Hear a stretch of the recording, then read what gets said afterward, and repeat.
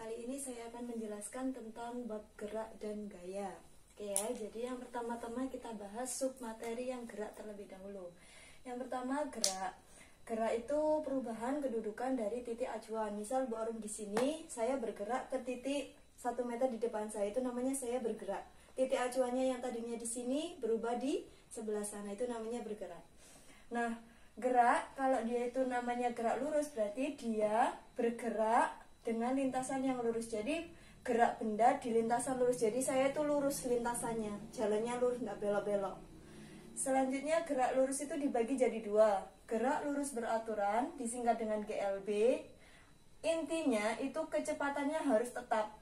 Oke ya, misal jadi saya jalannya dengan kecepatan lambat, harus selalu lambat. Kecepatannya saya lari, berarti saya harus lari, nggak boleh berhenti kayak gitu. Itu namanya GLB. Jadi gerak lurus beraturan, lintasannya lurus, kecepatannya juga beraturan, selalu tetap kayak gitu. Kalau yang kedua itu gerak lurus berubah beraturan, singkatannya GLBB. Jadi di sini itu ada perubahan kecepatan. Kalau dia semakin cepat berarti namanya percepatan. Kalau dia melambat atau berhenti berarti mengalami perlambatan. Oke ya. Nah, percepatan maupun perlambatan ini disimbolkan dengan huruf A. Oke ya, sama-sama dengan huruf A. Nah, kita bahas terlebih dahulu tentang GLB. Jarak dan perpindahan itu disimbolkan dengan huruf S, oke ya, yaitu panjang lintasan. Jadi jarak itu panjang lintasan ini loh, nah ini itu panjang lintasan disebut dengan jarak. Nah, selanjutnya ini ada contoh, rumah ini disimbolkan dengan huruf A, sekolah, C ini kayak tikungan gitu, terus ini kolam. Nah, misal si Tono ini berangkat dari rumah ke kolam, berapa jarak total yang ditempuh dari rumah ke kolam? Berarti ini jarak totalnya, berarti jarak ini tinggal dijumlahkan 300 ditambah 100 ditambah 300. Nah, ini jarak totalnya adalah 700. Nah, ini jarak. Nah, kalau perpindahan itu dari dimana dia titik awalnya, pindahnya di titik terakhirnya di mana? Kalau dari A ke D, dia pindahnya kan dari sini ke sini aja. Nah, beda sama jarak. Jarak itu semua lintasan. Kalau perpindahan tuh ini dari sini aja, A ke D. Jadi dari A ke D itu jaraknya berapa? Ya ini kan lurus ya, berarti jaraknya adalah 100 meter. Nah, tahu bedanya ya, kalau total jarak berarti semua lintasan yang dilewati. Kalau perpindahan itu kita mengukur acuannya dari titik awal ke titik akhir.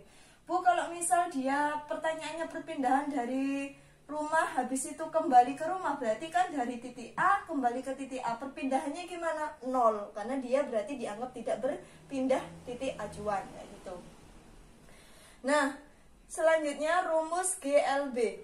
Oke ya, yang pertama GLB itu rumusnya V sama dengan S per T. Ini dibuat seperti segitiga ajaib.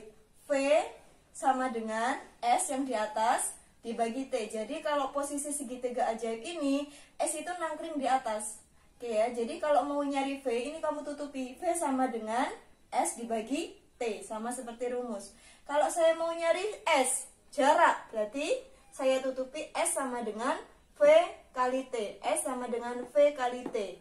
Saya mau nyari T, T-nya tutupi, T sama dengan S dibagi V. Seperti ini, segitiga ajaib.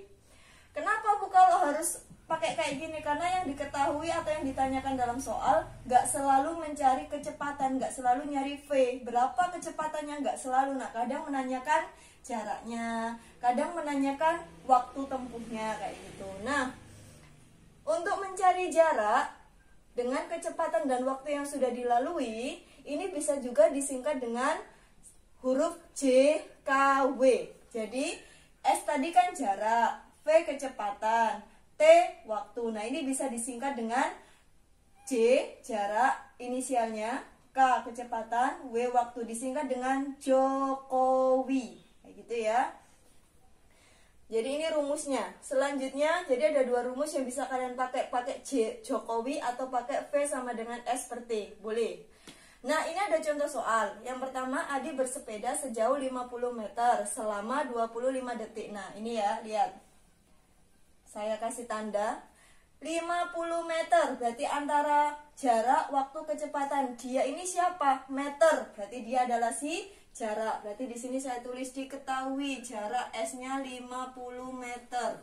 Selanjutnya selama 25 detik, kan waktu lama, berarti ini 25 detik ini waktu, time. 25 sekon, sekon itu detik.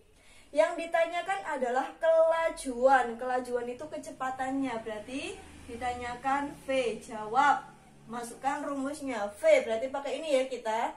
V sama dengan S per T. S nya kita masukkan 50, T nya 25, hasilnya 2 meter per sekon. Selesai. Sangat mudah ya. Selanjutnya nomor 2. Mobil melaju dengan kecepatan. Nah, ada angka ini. Kecepatan berarti kita cari di sini kecepatan itu simbolnya V, Bu. Tulis V sama dengan 15 meter per sekon. 15 meter per sekon. Selanjutnya yang diketahui lagi cari angkanya aja. Nah ini 30 detik. Berarti time, waktu Bu, timernya 30 detik itu sekon. Yang ditanyakan berarti di sini jaraknya. Jarak itu berarti S. Nah, rumusnya itu tadi S sama dengan V dikali T atau Jokowi. Jaraknya sama dengan kecepatan. Ini K ya, kecepatan dikali waktu, berarti 15 dikali 30. Hasilnya berapa kira-kira? 15 kali 3, 45. Tambahin 0 belakangnya, berarti 450 meter. Selesai. Next, kita ke poin berikutnya. Dari GLB kita lanjut ke GLBB. GLBB itu singkatan dari gerak lurus berubah beraturan, di mana dia memiliki kecepatan yang berubah-ubah.